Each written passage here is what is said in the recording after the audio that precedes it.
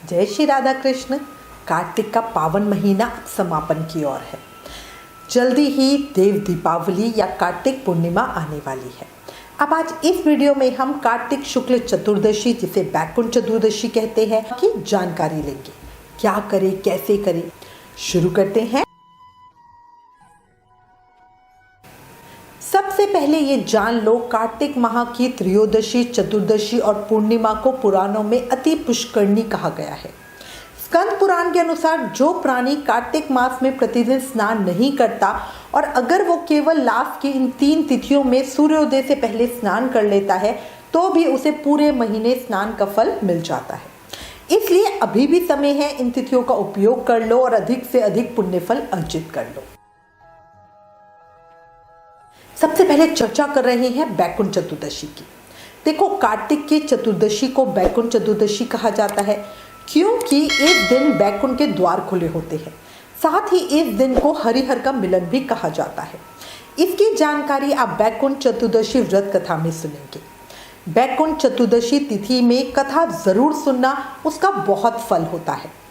कार्तिक के इस पावन महीने में अगर कोई इंसान जिसने कुछ भी नहीं किया, उसे भी श्रीहरि की कृपा और भक्ति पाने के लिए कार्तिक चतुर्दशी और पूर्णिमा के दिन तीर्थ स्थान पे जाके राधा दामोदर का विशेष पूजा करना चाहिए। कार्तिक मास में राधा दामोदर के साथ भगवान शालग्राम जी तथा तुलसी जी के पूजन का भी विशेष महत्व होता है, उनका भी पूजन करना चाहिए। इस दिन विशेष तौर पर पूर्वजों की आत्मा की शांति के लिए और घर में सुख समृद्धि के लिए तर्पण दान, पिंडदान आदि करने का विधान बताया गया है। धार्मिक शास्त्रों के अनुसार बैकुंठ चतुर्दशी के दिन व्रत उपवास करके नदी, सरोवर आदि के तट पर 14 दीपक जलाने की परंपरा है। पौराणिक मान्यता है कि भगवान कार्तिक शुक्ल द्वादशी को शयन से उठे थे, त्रयोदशी को देवताओं ने उनका दर्शन किया था और चतुर्दशी को सभी देवों ने मिलकर उनका पूजन किया था।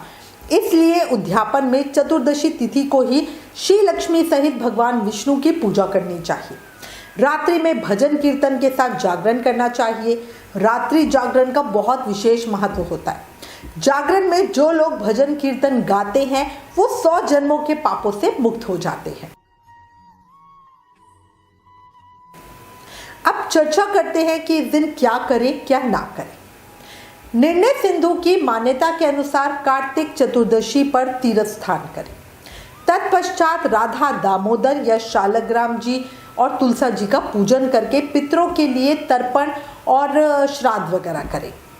याद रखना, राधा दामोदर का पूजन सुहागन स्त्रियों के लिए चिर सौभाग्यदायक होता है और तुलसी शालग्राम जी का पूजन परिवार में सुख शांति समृद्धि के लिए किया जाता है। इसलिए राधा दामोदर जी, शालग्राम जी, तुलसी महारानी के साथ भगवान कार्तिकेय का पूजन जरूर करें। पितरों के निर्पित तर्पण और सुपिंड श्राद्ध करने से सुख की प्राप्ति होती है और वंश आगे बढ़ता है। हर मनुष्य को इस दिन पितरों का तर्पण करके उनका आशीर्वाद जरूर ही लेना चाहिए, इससे पितृ दोष भी दूर होते हैं। 14 पर दीपदान होता है, साथ ही फेरी यानी परिक्रमा भी की जाती है।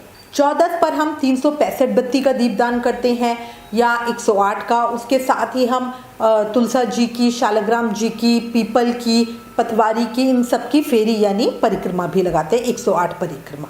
14 पर 14 दियों का दान भी जरूर किया जाता है। ये दिए किसी नदी, तालाब या सरोवर में ही लगाएं क्योंकि कार्तिक में भगवान विष्णु जल में वास करते हैं और उन्हें दीप दान वहीं समर्पित करेंगे। कार्तिक 14 का दिन बहुत फलकारी होता है, इसका पूर्ण उपयोग जरूर करना। इसी के साथ मैं उम्मीद करती हूँ इस वीडियो में दी गई जानकारी आपके लिए उपयोगी होगी। इससे रिलेटेड अगर आपके पास कोई भी कमेंट्स या सजेशन है तो प्लीज़ हमें लिखें। ज्ञान बांटने से बढ़ता है, इसलिए इस वीडियो को ज़्यादा से ज़्यादा शेयर करें। आप हमें फेसबुक और इंस्टाग्राम पे भी ज़रूर फॉलो करें। आने वाले व्रत त्योहारों का रिमाइंडर अपने फ़ोन पे पाने के लिए व्रत लिखकर हमें 98210251 पर मैसेज करें। Please like, share and subscribe. Thank you. जय श्री राधा कृष्ण।